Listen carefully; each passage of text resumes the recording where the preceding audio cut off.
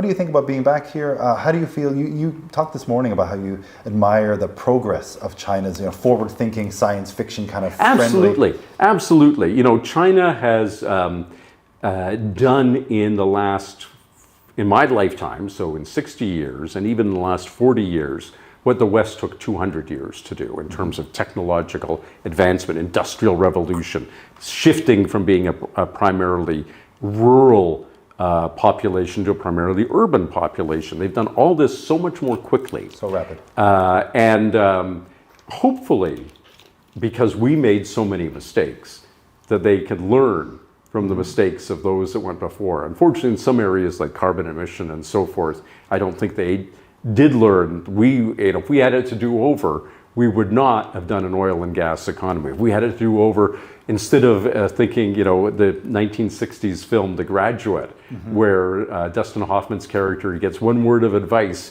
for where the future is: plastics. Plastics is going to be remembered as the single worst invention besides the atomic bomb of the 20th century, because they're going to be around in the 30th century. They don't biodegrade. Right. They're thousands of years, right? Thousands of years. I always feel like that's a thing, and that's one thing I have living in China now these years. I have this hope because China is, in one sense, it's been the factory of the world. I think people forget that sometimes when they mention the huge emissions. Like if you build everything that Canada or US makes, we should give them a bit of slack. Absolutely, that's absolutely But the other true. thing too is that China has enough. They have more solar power generators than all of Europe right now too, and that's still much smaller than the coal and the gas. But it is growing quickly, so it feels like it's like a tipping point in a dichotomy, maybe, where you've got like so much of the coal, but so much of the solar, and of course we want to move towards the clean energy.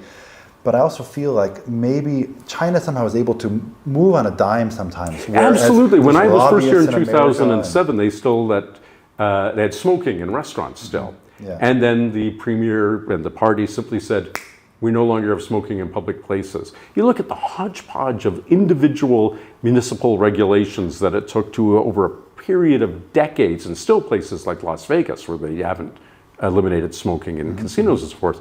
It took forever.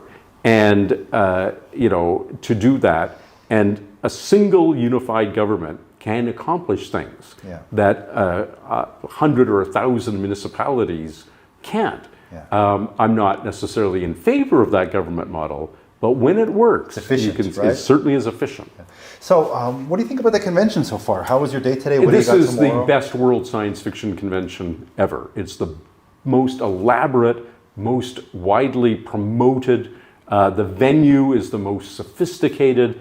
I've been to World Science. See it right there, isn't it? Right there. I've been to World Science Fiction conventions that are sleepy, small affairs. This will be remembered as, it's the 81st, but as the biggest and I think most elaborate and best world science fiction convention. It's great to be here. And I have to go get ready for the opening ceremony for that very Thank you so convention. much for taking the time with me. Absolutely. I hope we get to do this again one Absolutely. day. Can you tell me one more thing? Yes. If you're able to, and if not, it's okay. It might be top secret. What are you working on right now? Is there a new on Thursday of next week, my new novel drops first on Audible worldwide for 6 months. It's called The Downloaded. And on Thursday the 26th, worldwide, it will be available in the Audible catalog. Well, we'll have this video by then. And then 6 months down the road, it'll be out as a print book and an ebook. Oh, that's wonderful. All right. Thank you so much, Robert. Take care. My pleasure.